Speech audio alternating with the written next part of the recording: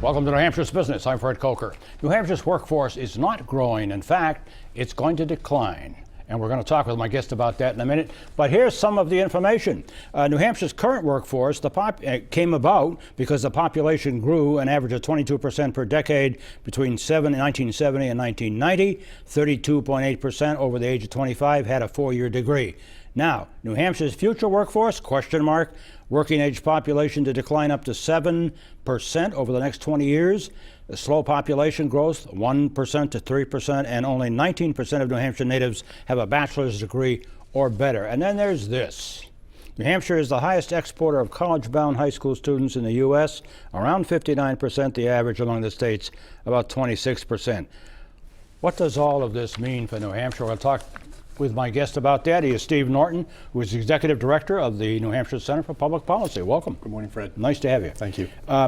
You would argue, I think, having talked to you, that the outlook for New Hampshire's workforce is not only a serious issue, but one that could bring the economy to its knees. I think right now we're starting to see the leading edge of that with unemployment rates at almost historic lows, labor market very tight, businesses looking for strong, educated employees, and it's only going to get worse unless we make some changes in what we're doing. Let's go back to the beginning, that 1970s, 1990s.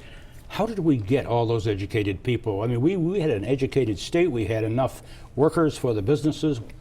Yeah. How did that happen? Well, I think that the playground was tilted towards New Hampshire for many different reasons. Right. One, it was a nice place to live. Two, there was some tax advantages to living here. Three, the schools were considered good. And four, the Massachusetts economy was growing so quickly that it was spreading north. And I think if you talk to most demographers or economists, they'll say it was the metropolitan area in Boston's explosion that really led to movement into New Hampshire. And now you say, and these are your facts and figures, the workforce is going to decline 7% over the next 20 years.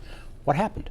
Well, the baby boomers came here, of course, and now the question going forward is, where will the millennials go? Right. Will they do the same thing that the previous generation did and go to suburban areas like New Hampshire, or will they stay in the cities, or will they move to the Southwest? I don't think we know the answer to that yet. And education factors in here. Education in this state. Absolutely. Well, and in fact, when you how do you quantify that? When you think about a workforce, you can either grow your own, right, or you can import it. And I think we're going to have to probably think about both. What does it mean to grow your own? It means an education system that educates both those folks that come here from afar to work and to gain an education, but also those residents. We have a really high graduation rate. We have one of the worst rates in the country for our residents, the natives, actually going on to get a bachelor's degree. Right. So we do a poor job of growing our own. So what investments do we need to make here? Great question. I think that one thing we need to look at is we're one of the only states in the country that doesn't provide a scholarship program to our natives. Correct. And I think that's something we need to understand. But I think we also have to ask those folks themselves, why aren't they going on to get an education? Is it because it's too expensive, or that they can get a job without that education? In all of this, what's your biggest concern?